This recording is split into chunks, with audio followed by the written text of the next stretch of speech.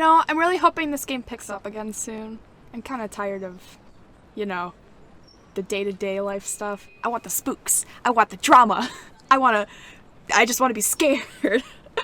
Anyway, hi there. I'm Stormy, and welcome back to The Letter. Honestly, I'm a little bit lost onto what's going on. We're going to go get dinner because we just made a big sale. So yeah, I guess that's cool. In the end, only Becca and Zach could come. Ash, on the other hand, couldn't be reached. All of my calls went straight to his voicemail. He's at it again, right here today, gone the next day. Oh well, his loss. We have agreed to meet at a nearby cafe, the same one I frequent with Becca because it's cheap, and they give away free bread around the closing time. I thought it said bead, and I was like necklaces, bracelets, anal beads, if it's that kind of cafe. Ooh. Quaint, a little old-fashioned, though. Looks a wee bit out of place in I need to learn how to read. It looks out of place amidst the city's tall buildings, but we love it all the same. Much like its facade, the interior carries an acquainted charm to it. Antiquated. Okay. Vintage art pieces and a row of shelves boasting an extensive collection of books cover the walls. It would have been nice to hang out here for hours on end, but even on a weekend, the place is still packed with people. All 2 people. Thankfully, Becca and Zach have already found seats and are engaged in some casual chatter when I arrive. It's strange seeing the 2 of them without Ash accompanying the other. They've never been particularly close. Sure, they talk when they meet, laugh at the same things when there's something funny, but there's a distance, the kind born purely out of different interests. That, or Zach's simply afraid of Becca. It's not impossible, and I won't blame him if he is. He might be the tallest in our group, but everyone knows that means nothing against Becca's temper. Even I am a little scared of her. Zach! Becca! Well, you seem to be in a better mood today. What happened? I know that smile, Belle. Come on, still. Don't rush me. Let's order food first, okay? A waitress comes by to take our order. On a normal day, me and Becca will order a hearty serving of our special vegetarian stovies. I don't know what that is. Zach takes anything with a good helping of meat, sausage, or potatoes in it. This is a man after my own heart. But today's a good day. Great, even. It's not wrong to indulge a little, right? Today's special. For the 3 of us. Where am I seeing these words? Jeez, I'm so sorry. Even the person jotting down our order looks a little surprised at today's meal choice. She writes it nevertheless and leaves without a comment. Becca furrows her eyebrow and her mouth halfway open, ready to let loose what is likely a string of reprimands. Don't worry. It's my treat. The letter she sends my way reminds me of one I received from Mama when I punched a kid bullying my younger brother 18 years ago. Yeah, girl, get it. I hope we get to see you punch the ghost. Naturally, I never did it again after she made me apologize the next day. But Becca's far from being my mom. A small sheepish grin is enough for her to turn that frown into a defeated sigh. Food arrives in the middle of a funny story from Zach, putting the rest of the conversation on hold as we are served our order. It isn't anything fancy. Is that... Okay.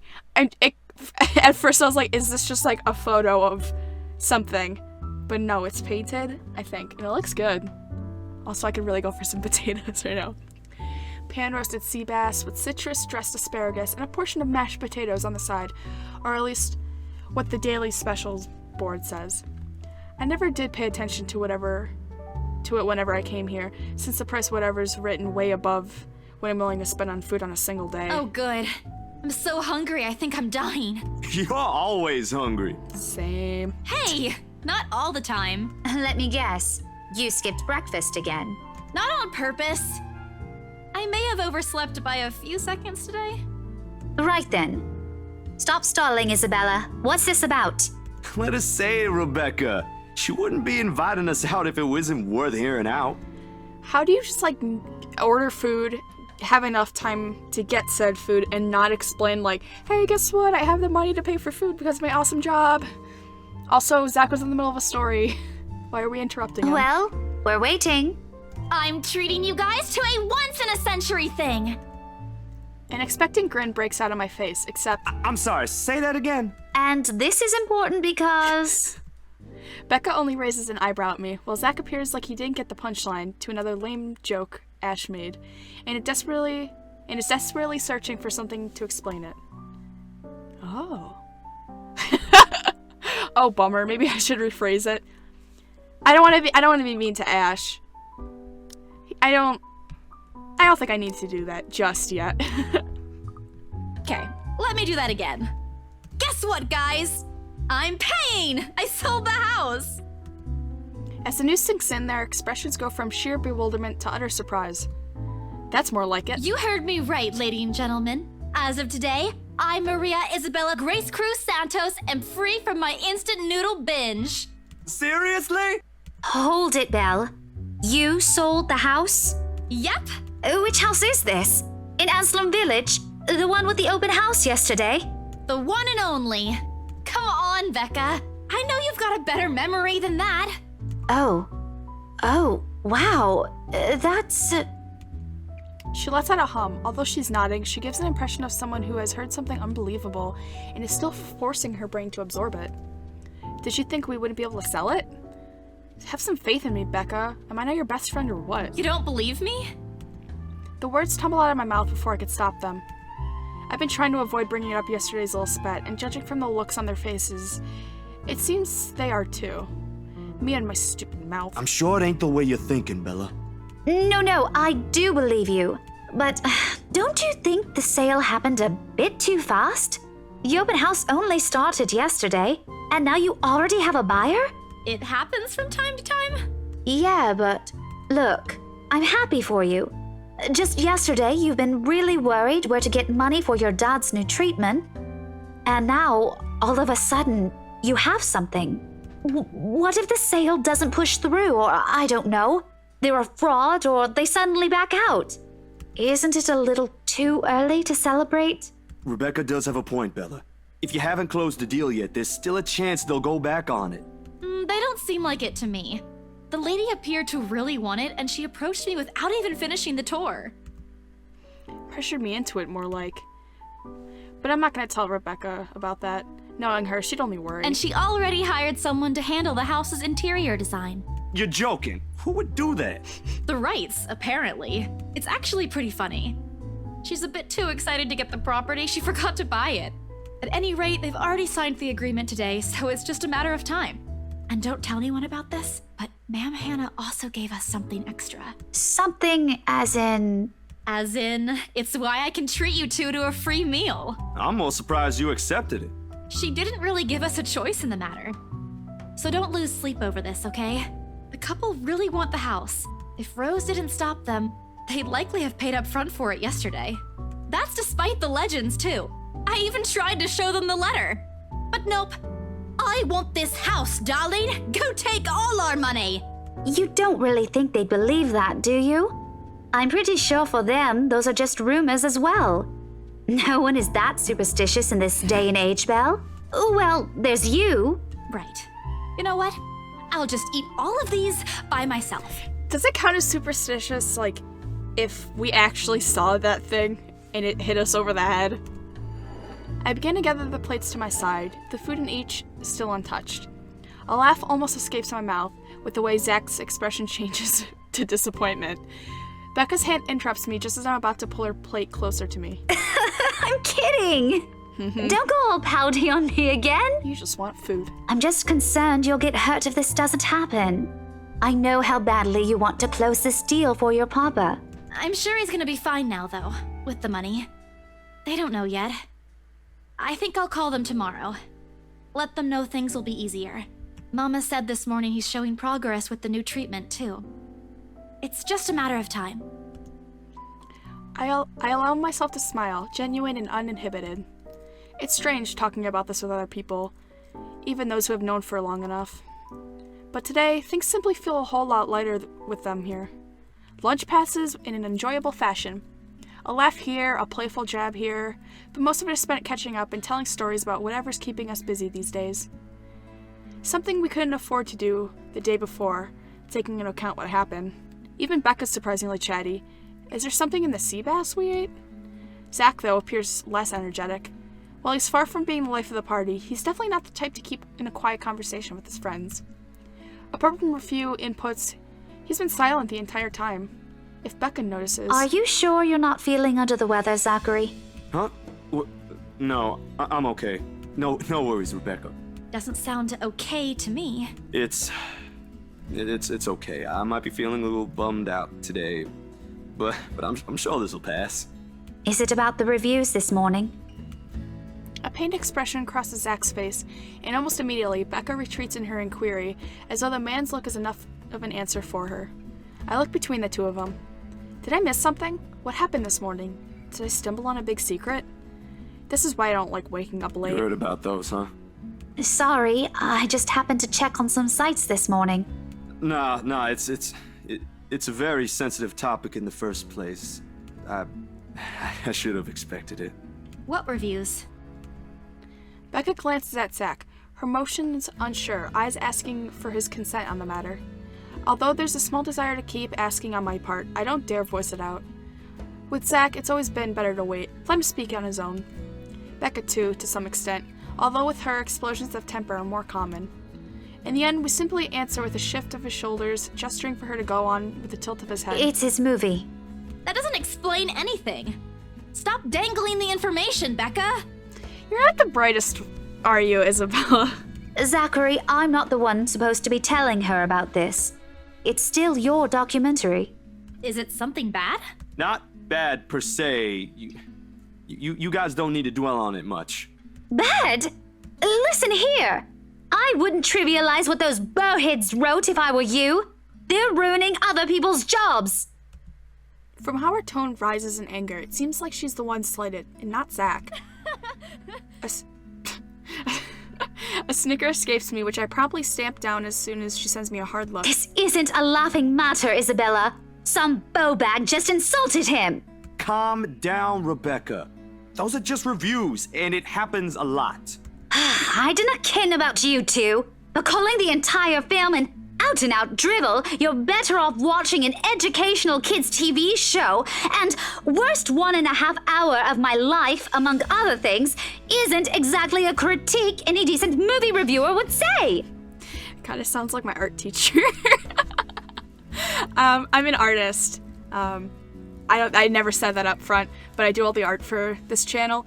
And I did have an art teacher that was basically like, you're never gonna get anywhere with that anime style of yours. So I don't know. I can get it. I can relate to this. It's really shit. Like, just being an asshole isn't critique. If you could call that a critique, did we even watch the same film? Well, maybe I ain't cut out for it.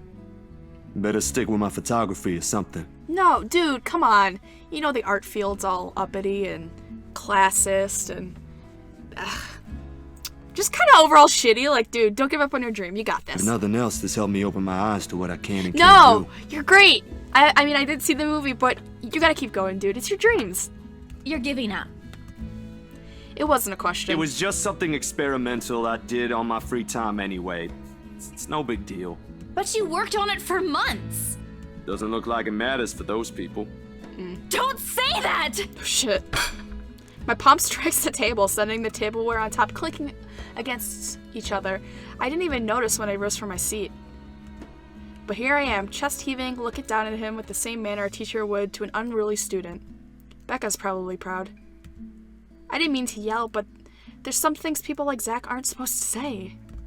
How exasperating. You know, you could just, like, let him openly, like, express his feelings and, like, not make it into a big thing. You know, don't get mad at him for, you know, feeling down. Just be there to comfort him, maybe. He, of all people, should know. It's just a review. Except they're pretty well-known critics. Why does that matter? They aren't the ones calling the shots on this. Isn't that why they have a committee? Right, Becca? An amused gleam in her eyes when I turn to her. What does she find so entertaining here? Help me here. Your friend's about to quit his passion for a petty reason. I haven't read what those people wrote about his work, but a few scathing words shouldn't be enough to discourage someone. I should know, after all, I'm... Failing means you're playing, Zach. Not that I'm saying it's bad. I've seen it from start to finish, and I know for myself what you created isn't something people should scoff at. I don't know anything about filming or photography. Hell, I don't have an inkling of artistry in me except for those doodles I make for class. But I know what I watched. Look at Isabella. It's not every day you see her all riled up like this. She's more passionate about this than, her almost dying at the hands of a ghost and or demon or monster. Whatever I'm about to say gets lost on my tongue as a flush of embarrassment blooms across my face. It was a heat of the moment thing. And anyway, I'll be very angry with you if you quit. What about the exhibit? What exhibit? Classified information. Even if I bring you your favorite tonight? Nope, not a chance. Oh, come on! I thought we aren't supposed to have secrets. You're keeping it a secret that you have a major crush on Ash Becca. Ooh. A burst of laughter comes from Zach. Thanks, you two. I might need some time alone to myself for a while. Buddy. Just to think about things, how I'll go from here, that sort of stuff. Yeah, take your time. Hey, I'm not quitting, Bella. Don't give me that face.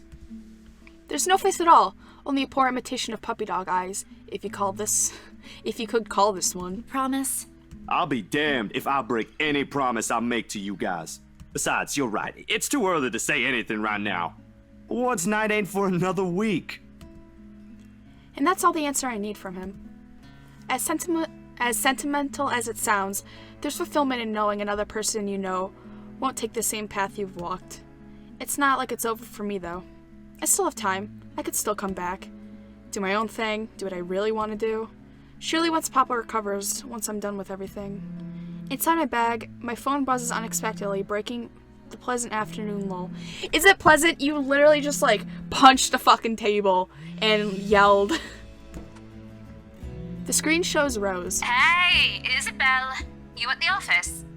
Ha ha. Very funny, Rose. I'm hanging up. Don't, I'm kidding. BRC says the floor plan copies are ready for Miss McCullough to pick up. She states that as if it already explains everything. Then, out of the blue, she launches a long rant about how awful state of Luxborn streets, all of which she says in a single breath that I can barely keep up and make a single word. I stay quiet, if only to avoid becoming the next object of her frustration. She's similar to Becca in that regard. I'm stuck in horrendous traffic right now. Bloody stupid drivers. When she finally ran out of things to complain about and stops, what she says next still has none of what I'm hoping to hear from her. Just a quick mumbled plea for me to meet the Wrights interior designer in her stead and... Anyway, I'll leave it to you. Bye. Thanks. Oh no. Classic Rose. She ends the call without even asking for my input. Oh, okay. Bye, friends. That was a nice chat. The sky is cloudless and the noontime sun is beating down on the hard concrete when we leave the cafe. It's far from unbearable, but it's enough to put most people in a fickle mood or make them vulnerable to catching something. No wonder we have staff members going AWOL lately, not to mention my boss's mercurial moods. I can't believe I'm saying this, but I want our usual cloudy weather back. For all the gripes about the unpredictable weather, though, the streets of Luxburn remain constantly busy. The hurried tapping of shoes against the pavement and an inane chatter coming from across the lunchtime crowd fills the humid afternoon air. A small reminder of what things we still have to do, regardless of how much I want to return to the comfort of my bed. Back to Briar Realty for me, Zach to a meeting with a magazine publisher featuring luxury houses, and Becca to her lesson plans and books at home. But more than once, I catch her sneaking a longing glance over something displayed on a shop window. Did she want to buy something? Maybe I can get it for her this Christmas. I turn my head at the last shop she checked out. A fleeting glimpse. The world stills. No! Oh god. Oh, she fucked. No. It's okay. I'm fine. She's pretty when she's not, jaw open and breathing. She looks at me, eyes hollow, gaze piercing, and boring into my very soul, like a set of chains keeping my whole body still. So, a quick thing. I might have screwed everybody over in this, because I remembered, I remembered since I have the whole, took a day off to record, that I probably shouldn't have been showing the letter so freely to everybody. I might have fucked everybody over, and I'm really sorry about that. I don't know if this game has good or bad endings, but I might have killed everybody. There are no shadows or whispers this time. Only a plea. A hum, low and indistinct, compelling me, beckoning me, intent on dragging me to the void behind the glass. I don't dare move. My heart hammers against my ribs, each beat, every thump screaming at me to look away and make a run for it. But I can't. I couldn't. All of my limbs feel heavy while my own breathing strains in the face of her calls. Leave me alone. Her mouth is stretched in a wide grin, wide and unpleasant. The panic building up in my chest forces me to take a tentative step back. I try not to stare at the decaying flesh, the blood streaming from the gaping wounds on her arms and her nailless fingers. I don't want this. Not like this. Not after I got what I want for Papa. No, stop. Leave me alone. Hey! Her face contorts as she lets out a wail, sharp and utterly unforgiving. Rage. There is only hatred and bitterness, as if the very notion of turning away from her is an offense in itself. Please! I don't want this! Before I know it, I'm stumbling backwards, my own throat hoarse from the screams I didn't even notice were already coming out of my mouth. The back of my feet catch on a loose stone, sending me spiraling to the ground. The resulting pain completely jolts me out of the haze, blurring my mind. For a little while, my surroundings appear unfamiliar, until Becca's face swims into my vision. A look of concern is on her face, and her hands are gripping my arms tight. Even Zach appears beside himself with worry while he stands behind her, acting as a shield against the small crowd of onlookers already forming around us. What happened? Bella, you okay? My mouth opens and closes, but nothing comes out. The words refuse to form. On impulse, I sneak a swift glance at the display window. She's gone. Yet the foreboding feeling hasn't left me. My hands are shaking as I push myself off the ground, my weakened limbs relying solely on reflex and muscle memory. Something icy has made its home in the pit of my stomach. I want to throw up. Anything to get this wretched sensation out. You were screaming. Zach, call someone! No, don't. I'm good. I'm good. I need to get to the office. Rose, the floor plans. Someone's going to pick it up. I'll see you later. Careful. Don't stand up yet. Stay put, Isabella. Zach, you watch over her for me. I'll call for someone. I attempt to smile to put her at ease, but it lightly comes off as a grimace. Gently, I push her hands off my shoulders. My knees are still trembling, but I can stand. Leave. Leave me. Stay away. Away. The humidity is stifling. Everyone's stares are unnerving, and Becca and Zach's concerns are suffocating. I don't want to be here. No more. I break into a run. I wish I hadn't left my bed this morning. Here, with only occasional drips of water on the sink and the whirring of my fan blades to keep me company, it's easy to fall into a cycle of negative thinking. But even with the clutter to keep me company, the room still feels a whole lot bigger than usual. I hug my knees closer as a group passes by outside. Loud. So loud. If only there was some way to tune everything out, to get my head from replaying every image, every sound of her.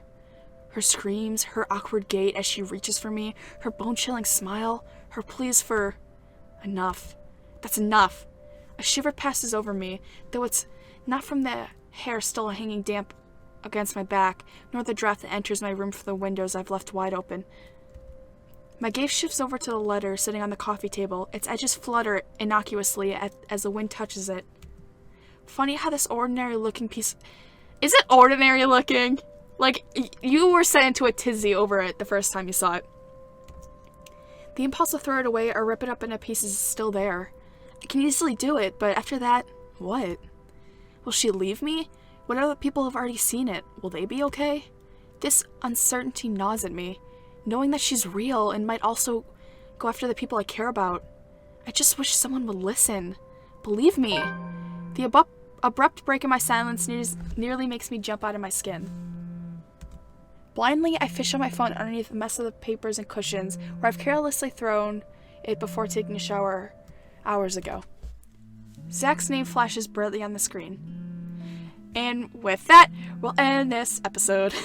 Thank you so much for listening, as usual. I really appreciate it. And I hope you guys have a wonderful, wonderful, wonderful day. And goodbye.